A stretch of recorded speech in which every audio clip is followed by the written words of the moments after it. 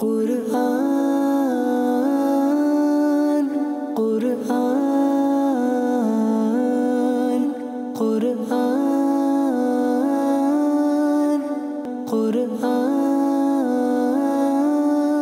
আলহামদুলিল্লাহি রাব্বিল আলামিন والصلاة والسلام على سيد المرسلين أما بعد فأعوذ بالله من الشيطان الرجيم بسم الله الرحمن الرحيم الصلاة والسلام عليك يا رسول الله وعلى آلك وأصحابك يا حبيب الله الصلاة والسلام عليك يا نبي الله وعلى آلك وأصحابك يا نور الله অনুষ্ঠানের নাম সহজ দর্সে কোরআন।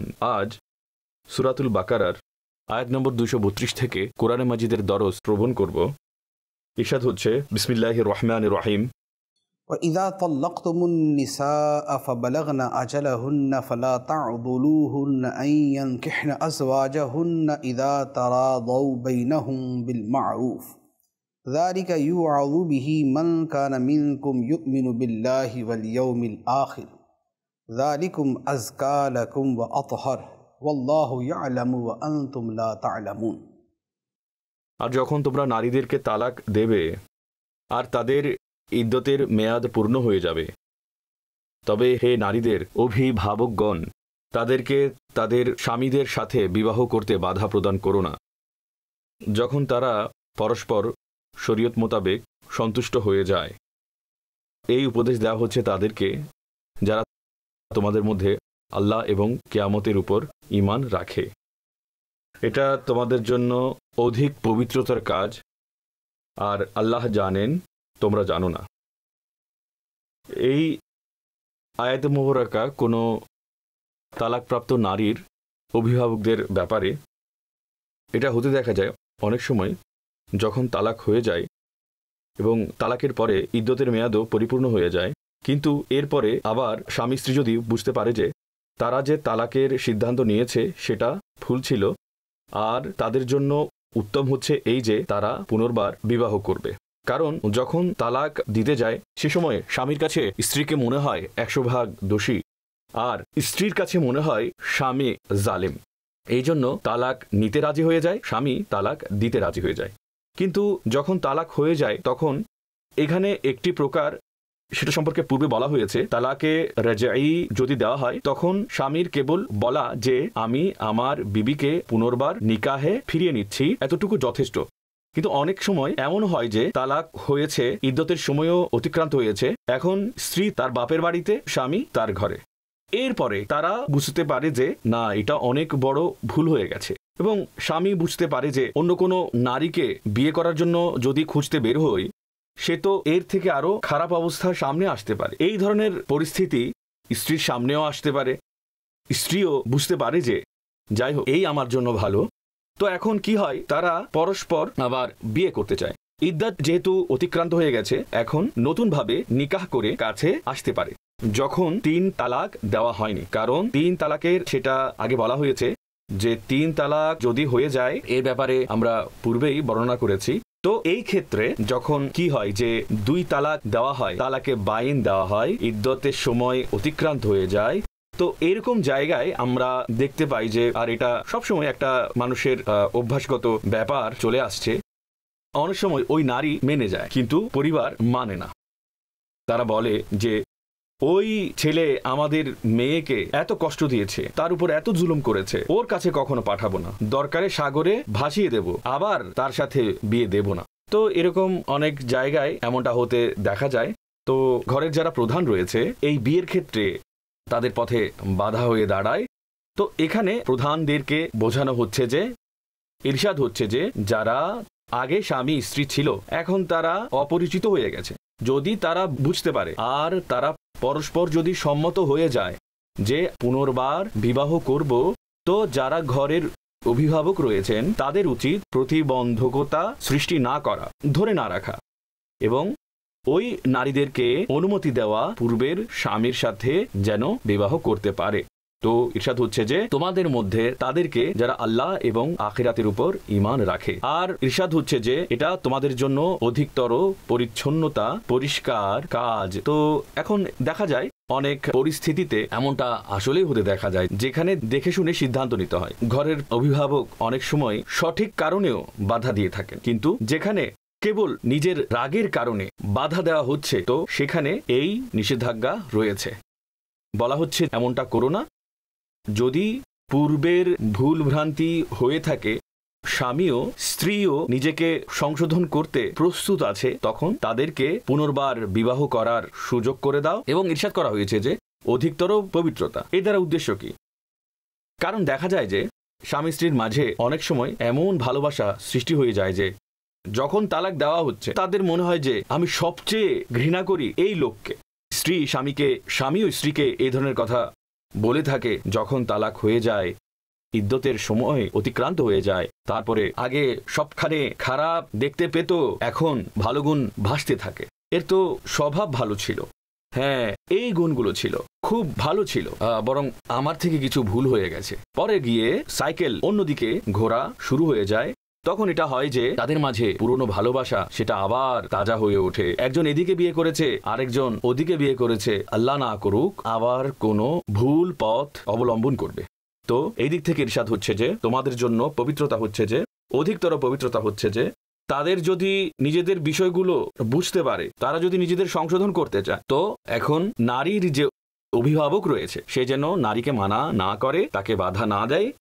বিষয় হচ্ছে এই যে আয়াতে মুবারাকাতে তাকে বোঝানো হয়েছে এবং এর বিস্তারিত আমি বর্ণনা করেছি, কিন্তু এই আয়াতের উপর আমল করতে একটু নিজের অহংকার, নিজের আত্মসম্মান বোধ, নিজের প্রকাশ্য অহংকার এবং স্ট্যাটাস যাকে বলা হয়, একে একটু করে নিচে আনতে হবে, তখন এর উপর আমল করা যাবে।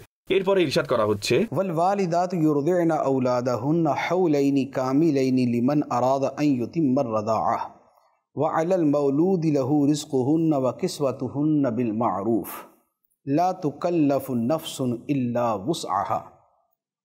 এবং মায়েরা তাদের শিশুদেরকে পুরো 2 বছর দুধ পান করাবে। এই হুকুম তার জন্য যে দুধ পান করানোর মেয়াদ পূরণ করতে চায়, এবং শিশুর পিতার উপর প্রচলন মোতাবেক নারীদেরকে খাওয়ানোর এবং পরিধান করানোর দায়িত্ব রয়েছে। কোনো প্রাণের উপর ততটুকুই বোঝা দেওয়া হয় যতটুকু তার সক্ষমতা রয়েছে। এখানে শিশুদেরকে দুধ পান করানোর শরঈ হুকুম এই যে বেশি থেকে বেশি 2 বছর মেয়াদ পর্যন্ত 2 বছর পর্যন্ত শিশুকে দুধ পান করাতে হবে। এটা হচ্ছে ম্যাক্সিমাম মেয়াদ। 2 বছরের বেশি দুধ পান করানো জায়েজ নয়। শিশু যখন চাঁদের হিসেব অনুযায়ী 2 বছর বয়স হয়ে যাবে, এরপরে তাকে দুধ পান করানো জায়েজ নয়।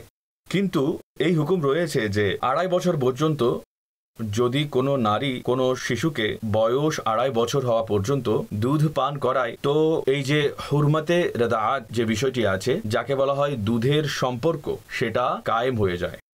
2 বছরের পরে গুনাহ, কিন্তু যদি কোনো নারী দুধ পান করায় তবে দুধের সম্পর্ক হয়ে যায়, এই মহিলা দুধ মা হয়ে যাবে। ইরশাদ হচ্ছে যে 2 বছর মেয়াদ পর্যন্ত যে দুধ পান করানোর মেয়াদ সেটা পরিপূর্ণ করা উচিত।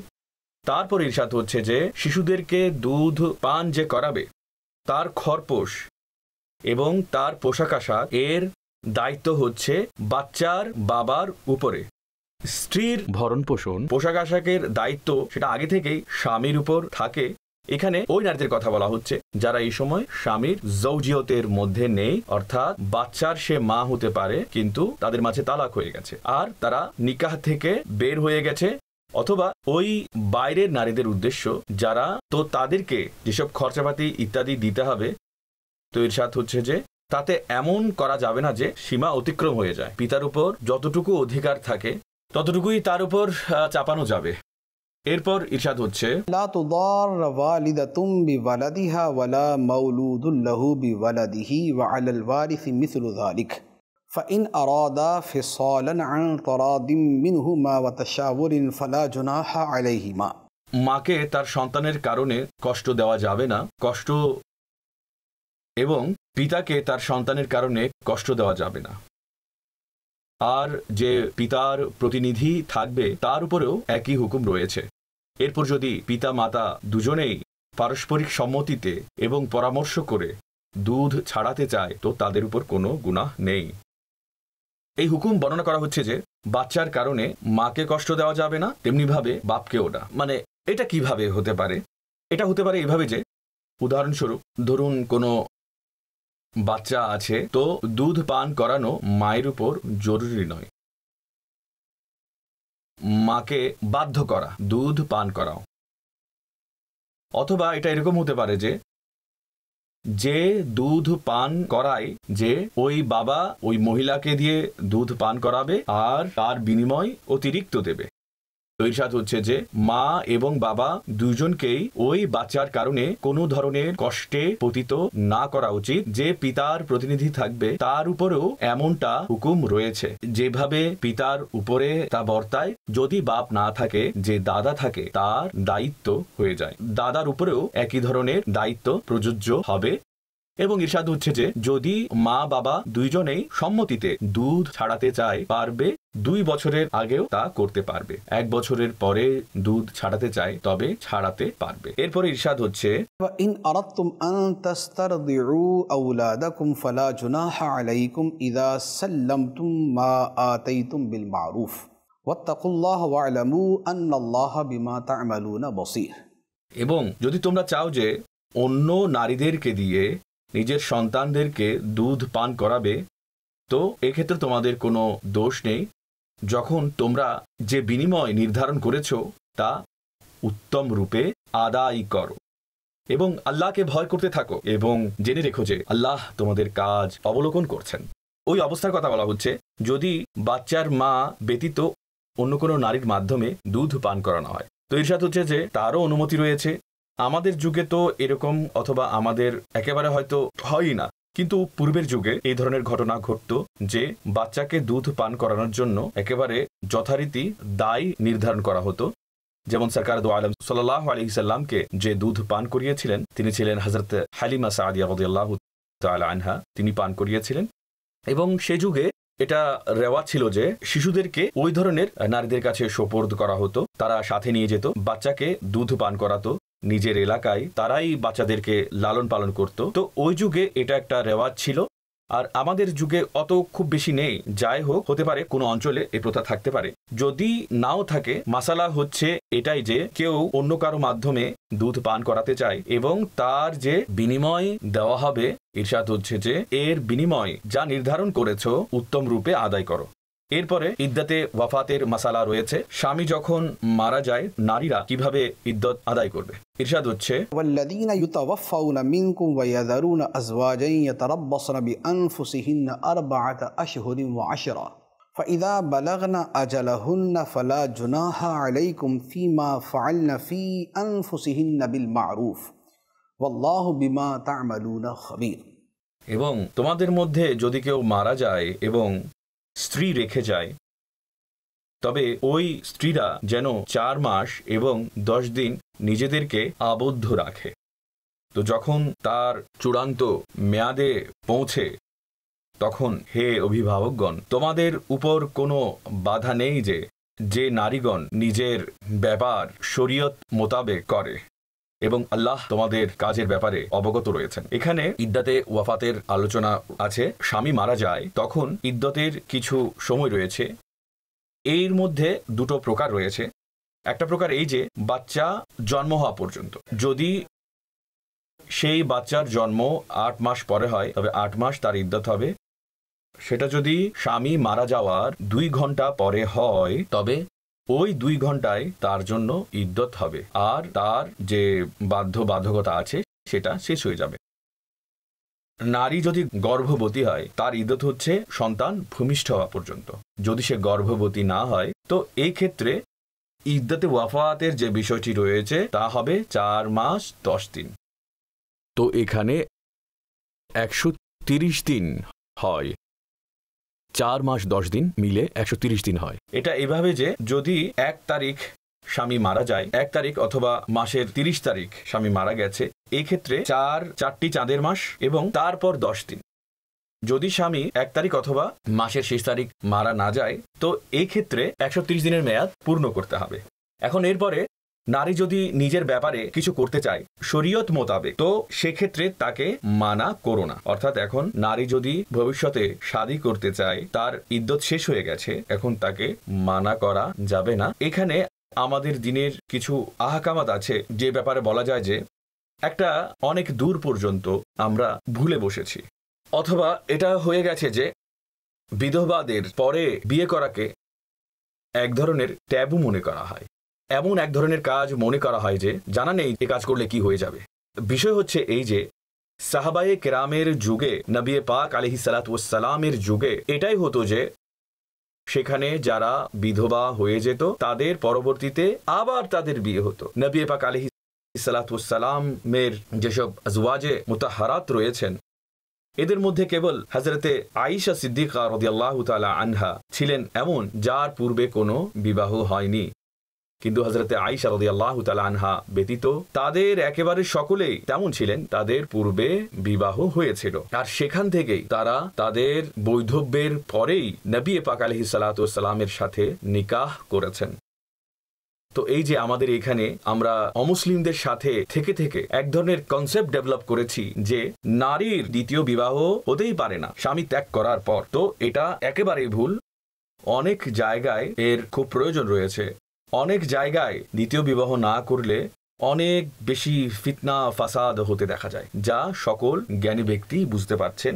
এই ধরনের যে ভুল প্রথা রয়েছে সেগুলোর ব্যাপারে আমাদের ধ্যান দেওয়া উচিত এবং নারীদের উপর জুলুম না করা উচিত। এরপরে ইরশাদ হচ্ছে যে ওয়ালা জুনাহা আলাইকুম ফিমা আরাদতুম বিহি মিন খুতবাতিন নিসাই আও আকনানতুম ফি আনফুসিকুম علم الله أنكم ستذكرونهن ولكن لا تواعدوهن سرا إلا أن تقولوا قولا معروفا ولا تعزموا عقدة النكاح حتى يبلغ الكتاب أجله واعلموا أن الله يعلم ما في أنفسكم فاحذروه واعلموا أن الله غفور حليم।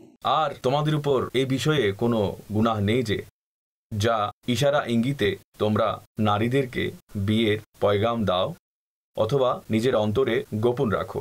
আল্লাহর কাছে জানা আছে যে তোমরা তা নিয়ে আলোচনা করবে, কিন্তু তাদেরকে গোপন প্রতিশ্রুতি দিয়ে রেখো না, কিন্তু তা ব্যতীত যে শরীয়ত অনুযায়ী কোনো কথা বলতে পারো।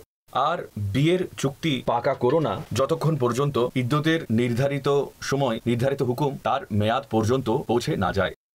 আর জেনে রেখো আল্লাহ তোমাদের মনের খবর জানেন, তো তাকে ভয় করো এবং জেনে রেখো যে আল্লাহ অধিক ক্ষমাশীল এবং অধিক সহিষ্ণু। এখানে যে মাসালা রয়েছে সে মাসালাটা হচ্ছে বিধবা নারীদের ব্যাপারে, যাদের স্বামী মারা গেছে, তো নারী এখন ইদ্যত পালন করছে। ইদ্যত চলাকালীন সময়ে নারীদের সাথে বিবাহ করা সেটা তো হারামই। ইদ্যত চলাকালীন সময়ে বিবাহ করা হারাম। যে এই বিষয়কে হালাল জানবে সে কাফের, এবং যে নিকাহ করে সে অকাট্য হারামে লিপ্ত আছে, গুনাহে কবিরা সংঘটন করেছে। এটা গেল ইদ্যত চলাকালে বিয়ে করা। এর আগে বলা হচ্ছে ওয়ালা তাযিমু উকদাতান নিকাহ, বিয়ের বন্ধন পাকা করো না, অর্থাৎ বিয়ে করো না। দ্বিতীয় বিষয় হচ্ছে যে ইদ্যতের সময়ে কি, ইদ্যতের সময় চলাকালে বিয়ের কথা কি বলা যাবে? বিয়ের পয়গাম দেওয়া অথবা তার সাথে ওয়াদা করা যে তাকে বিয়ে করা হবে।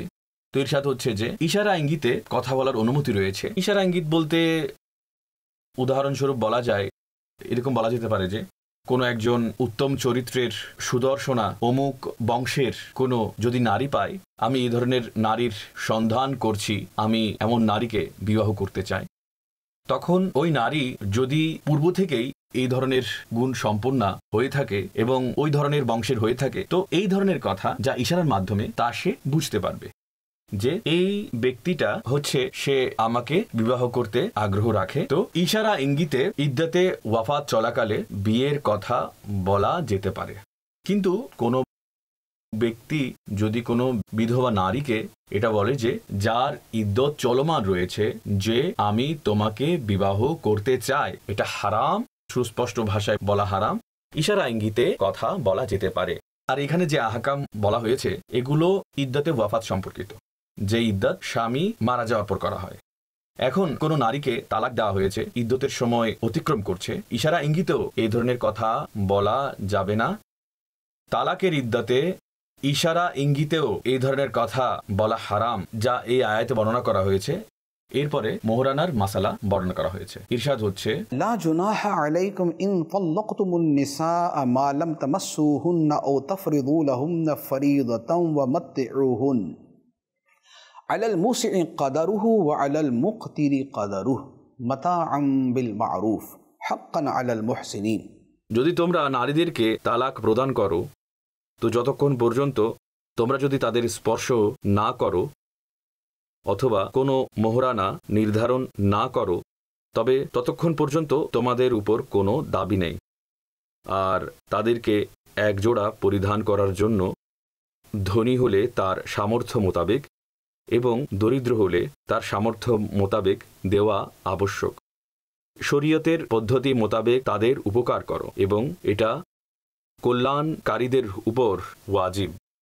মাসালা হচ্ছে এরকম, মোহরানার অনেকগুলো প্রকার রয়েছে, কিছু প্রকার বর্ণনা করছি, পরবর্তী আয়াতেও এ নিয়ে আলোচনা আসবে। তো একটা হচ্ছে এরকম, বিবাহ করেছে, স্বামী স্ত্রীর সাথে বিবাহে একটা মোহরানা নির্ধারণ করা হয়েছে, উদাহরণস্বরূপ 50,000 টাকা। এরপর স্বামী স্ত্রীর মাঝে বলা যায় যে খলওয়াত হয়েছে, দাম্পত্য সম্পর্ক হয়েছে, এরপরে তালাক হয়েছে। এমন হয় না যে আকদের পরে তালাক হয়ে গেছে, কিছুদিন অতিক্রান্ত হয়েছে, এরপরে তালাক হয়েছে। এখানে তাদের মধ্যে খালওয়াতে সহিহা হয়েছে। এমন ক্ষেত্রে যতটুকু মোহরানা নির্ধারণ হয়েছে ততটুকুই দিতে হবে। দ্বিতীয় বিষয় হচ্ছে 50,000 মোহরানা নির্ধারণ হয়েছিল, কিন্তু স্ত্রীকে স্বামীর ঘরে তুলে দেওয়ার আগে তালাক হয়ে গেছে। এরকম হতে দেখা যায় যে ছেলে থাকে অন্য কোনো দেশে, মেয়ে থাকে এই দেশে, তো তাদের মধ্যে বিয়ে হয়েছে, মোহরানা নির্ধারণ করা হয়েছে 50,000 টাকা, চূড়ান্ত ঝগড়ার পর্যায়ে চলে গেছে, তালাক হয়ে গেছে।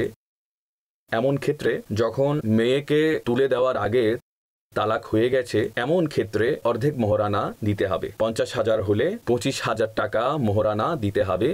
তৃতীয় বিষয় যা এই আয়াতে বর্ণনা করা হচ্ছে তা হচ্ছে এই যে বিয়ে হয়েছে, মেয়েকে তুলে দেওয়ার আগে তালাক হয়ে গেছে, অর্থাৎ দাম্পত্য সম্পর্ক স্থাপন করার আগেই তালাক হয়ে গেছে, এবং এখানে কি হয়েছে, মোহরানা নির্ধারণ করা হয়নি।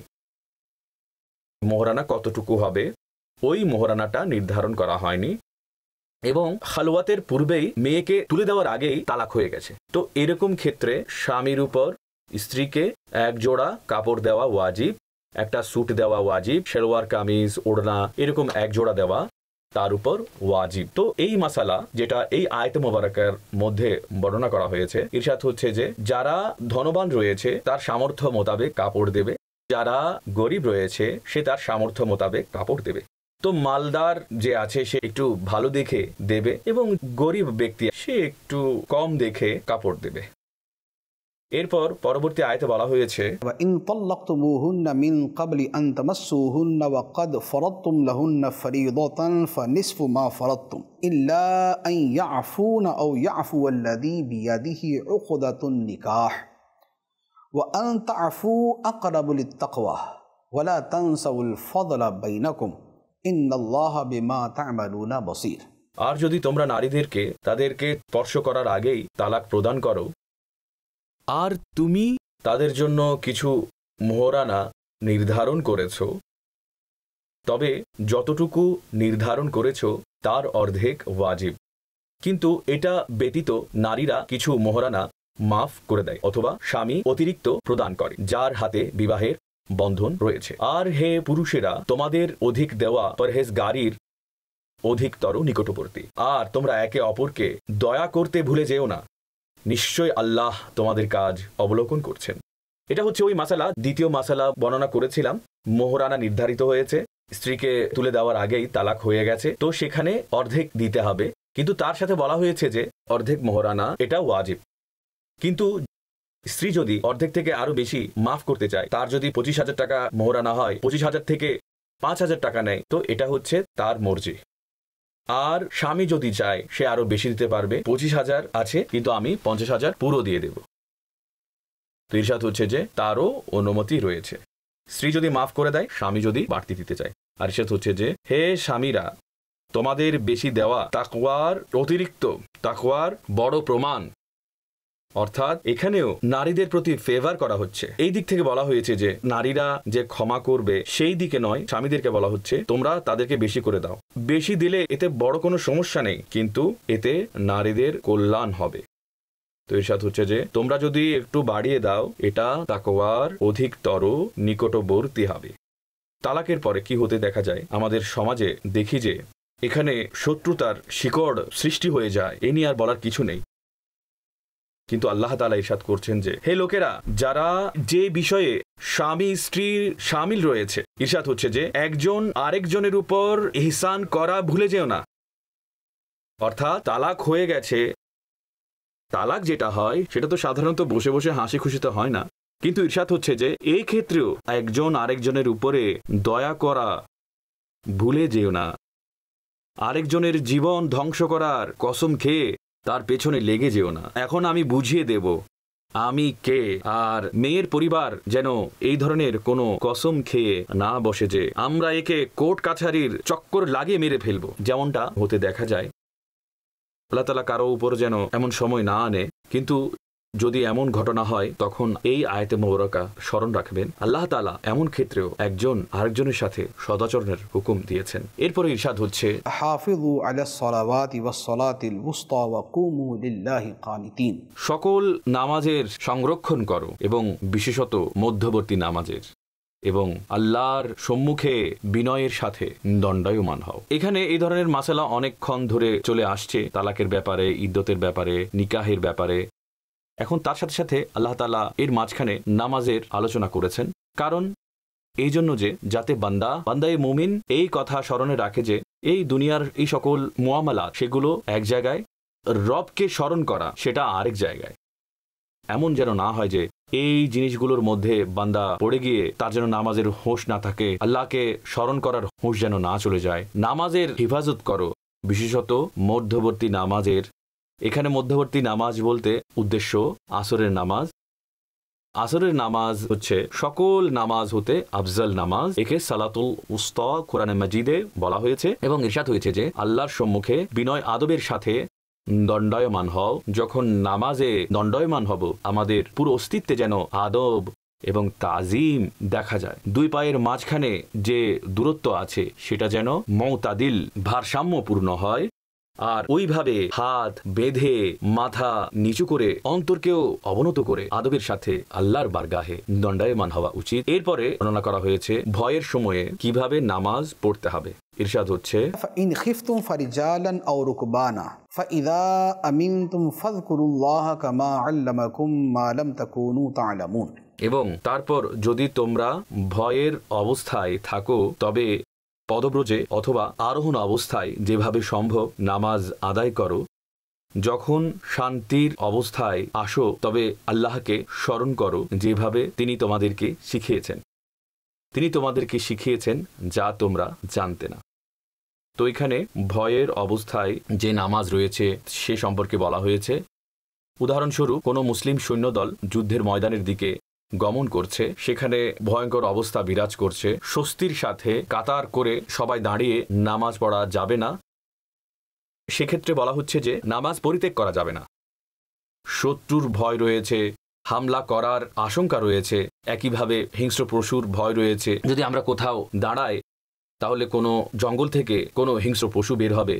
তো এই সাথে হচ্ছে যে নামাজ ছাড়া যাবে না, বরং পায়ে চলতে চলতে নামাজ পড়ো। যদি সওয়ারির উপর থাকো সওয়ারির উপরে নামাজ পড়ে নাও, ইশারা করে নামাজ আদায় করতে হবে। কিন্তু আল্লাহ তাআলার তালিম দেখুন যে পায়ে চলা অবস্থায় নামাজ সাধারণ জীবনে আপনারা হয়তো এই ব্যাপারে চিন্তা করেননি, কিন্তু আল্লাহ তাআলা ইরশাদ করছেন যে যে অবস্থাতেই থাকো নামাজ পড়তে হবে। চলতে চলতে এখানেও নামাজ পড়তে হবে। চলতে চলতে আল্লাহু আকবার বলে নামাজ শুরু করে দেওয়া হয়েছে। একটু করে মাথা ঝুঁকিয়ে রুকু আদায় করতে হবে, আর একটু মাথা ঝুঁকিয়ে সিজদা আদায় করতে হবে। এইভাবে সবার নামাজ আদায় হয়ে যাবে। যখন তোমরা শান্তির অবস্থায় থাকবে আবার নিয়ম মোতাবেক নামাজ আদায় করবে।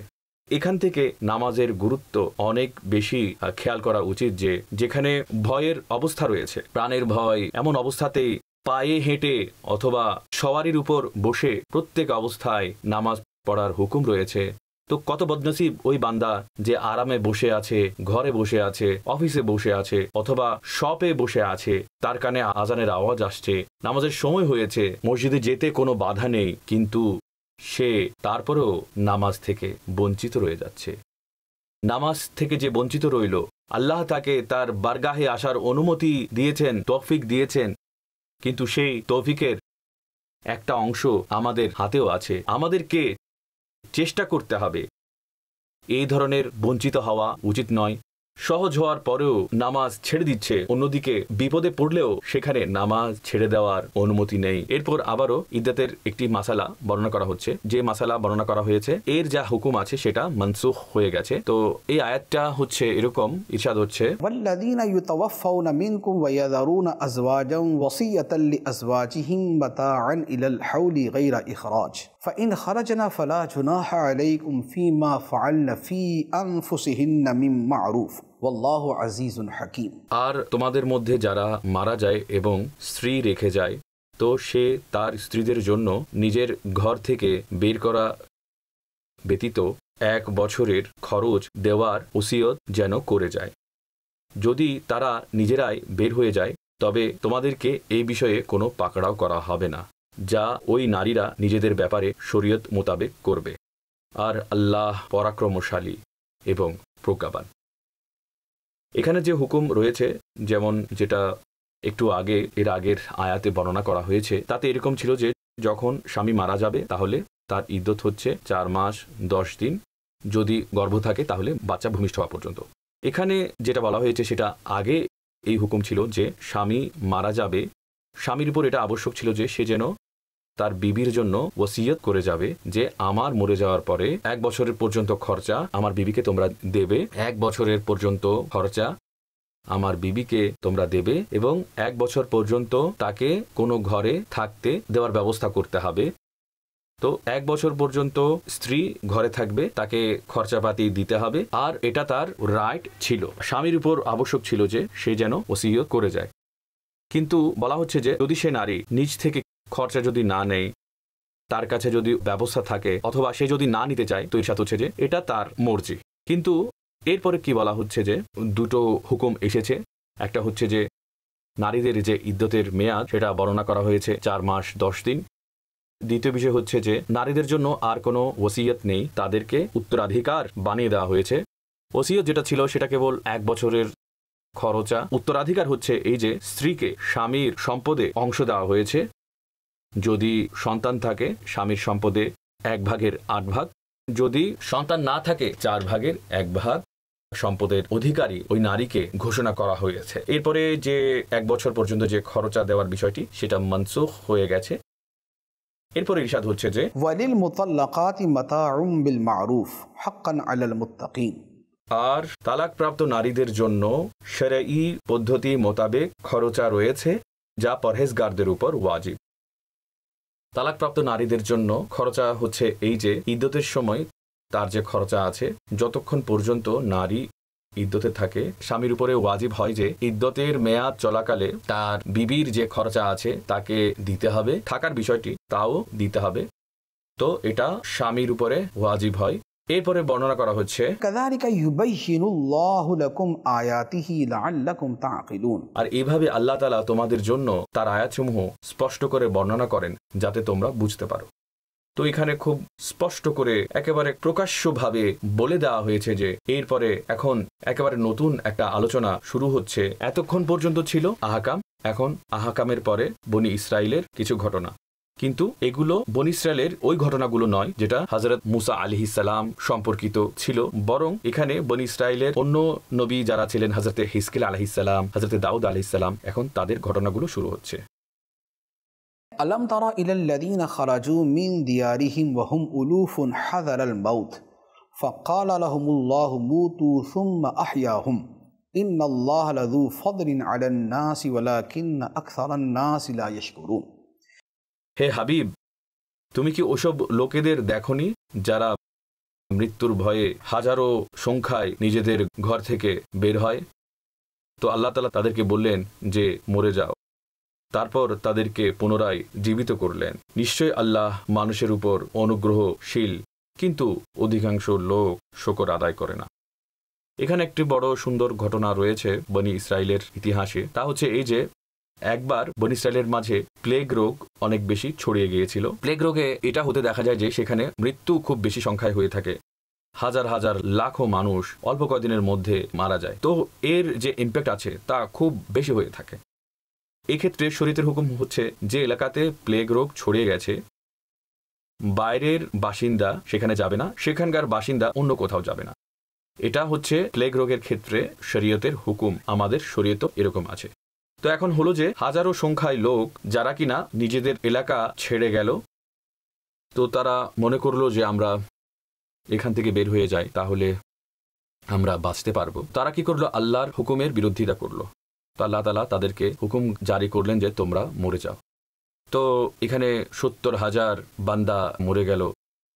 70,000 বান্দা কোনো ধরনের প্লেগ ছাড়া এমনিতেই মরে গেল। আল্লাহ যদি চান যে কোনো জায়গায় মত দিতে পারেন। এরপরে কি হলো যে হযরতে হিজকিল আলাইহিস সালাম তাদের নবী ছিলেন, তিনি আল্লাহর বারগাহে দোয়া করলেন যে মাওলা এদেরকে জিন্দা করে দাও। তো আল্লাহ তাআলা হযরতে হিজকিল আলাইহিস সালামের দোয়ায় তাদেরকে পুনর্বার 70,000 বান্দাকে পুনর্বার জীবিত করলেন। এই যে ঘটনা এখানে বলা হয়েছে যে নিশ্চয় আল্লাহ মানুষের উপর অনেক বেশি ফজল করেন, কিন্তু অধিকাংশ লোক আল্লাহর শুকরিয়া আদায় করে না। তো এখানে যেসব লোক ছিল তাদের উপরে এই ঘটনা ঘটেছিল, তারাও আল্লাহর শুকরিয়া আদায় করেনি। তো আল্লাহ তাআলার নিয়ামত এবং ফজল যেগুলো আছে এগুলো নিয়ে অনেক বান্দা আছে যারা আল্লাহর শুকরিয়া আদায় করে না। আমাদের আল্লাহর শুকরগুজার বান্দা হওয়া উচিত। এরপরে ইরশাদ হচ্ছে ওয়াকাতিলু ফি সাবিলিল্লাহি ওয়া'লামু আন্নাল্লাহা সামিউন আলীম। এবং আল্লাহর পথে লড়াই করো, জেনে রেখো আল্লাহ সর্বশ্রোতা এবং সর্বজ্ঞ। এই যে আয়াত মুবারাকা আছে এখানে উপরের যে ঘটনা সেটা বলার পরে আল্লাহর রাহে জিহাদ করার বিষয়ে বলা হচ্ছে। এখানে এটা বলা উদ্দেশ্য যে ওইসব লোকেরা যারা মৃত্যুর ভয়ে নিজের এলাকা ছেড়ে পালিয়ে গিয়েছিল, মৃত্যুর ভয়ে যারা প্লেগের ভয়ে পালিয়ে গিয়েছিল, সেখানে তাদের মৃত্যু চলে এসেছে। তো রাহে খোদায় যদি জিহাদ করো, জানের কোরবানি দিতে যদি বের হও, তবে হতে পারে যে তোমাদের শাহাদাত মিলে যাবে। কিন্তু যদি বের না হও তবে ঘরে থেকেও তোমরা মত থেকে বাঁচতে পারবে না। এমন অনেক বান্দা রয়েছে যারা রাহে খোদায় জান কোরবানি করে না, তো ঘরের মধ্যে তার কি মৃত্যু আসে না? তো এখানে কোরআনে মাজিদে বলা হচ্ছে যে এরপর আরো অনেক জায়গায় আরো সুস্পষ্টভাবে বলা হয়েছে যে যদি তোমরা এটা মনে করো যে আল্লাহর পথে গিয়ে জান কোরবানি আমরা করব না, তোমাদের হায়াত তো অন্য কোনোভাবে বেড়ে যাবে না, মত তো তোমাদের কাছে অবশ্যই আসবে। বিষয়টা এমন যে তোমাদের কাছে মৃত্যু আসবেই, সেটা তোমরা নিজের ঘরে থাকো, তোমরা লুকিয়ে যাও, মত তোমাদের কাছে আসবেই। সুতরাং মৃত্যুর ভয়ে আল্লাহর পথে জিহাদে যাওয়া আপত্তি করো না। এখন জানের কোরবানির পরে মালের কোরবানির আলোচনা আসছে। ইরশাদ হচ্ছে মান যাল্লাযী ইউকরিদুল্লাহ করদান হাসানান ফায়ুদাঈফাহু লাহু আদআফান কাসীরা ওয়াল্লাহু ইয়াকবিদু ওয়া ইয়াবসুতু ওয়া ইলাইহি তুরজাউন। ইরশাদ হচ্ছে এমন কে আছে যে আল্লাহকে ঋণ দেবে, তো আল্লাহ তার ঋণকে অনেক গুণ বাড়িয়ে দেবেন।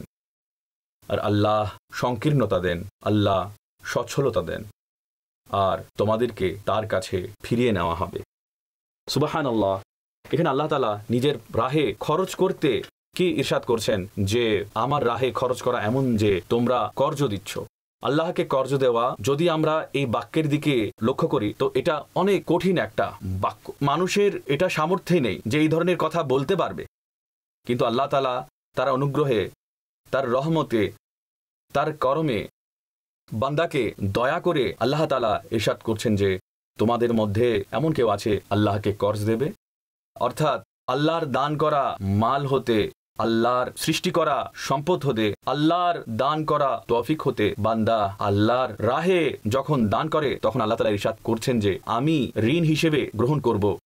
এবং ঋণ দ্বারা উদ্দেশ্য হচ্ছে যে ঋণ সেটা ফিরিয়ে দেওয়া হয়, কর্জ এই জন্য নেওয়া হয় পরবর্তীতে ফিরিয়ে দেওয়া হয়। তো এরপরে ইরশাদ হচ্ছে যে আল্লাহ তাআলা এই ঋণ তোমাদেরকে ফিরিয়ে দেবেন, আখিরাতে এর পুরস্কার তোমরা পাবে, এবং তাও এক আধ গুণ নয়, বলা হচ্ছে যে অনেক গুণ তিনি বাড়িয়ে দিবেন, অনেক গুণ বাড়িয়ে দেবেন। ঋণ নিলে তো যতটুকু দেওয়া হয় ততটুকুই সে ফেরত পায়, কিন্তু আল্লাহ তাআলা 100 টাকা কেউ খরচ করেছে তাকে 100 টাকার সওয়াব দান করবেন এমন নন। আল্লাহ তাআলা সওয়াব দেবেন 70 লাখ, 10 লাখ, 1 কোটি, জানা নেই এটা কত বড় তিনি দান করবেন।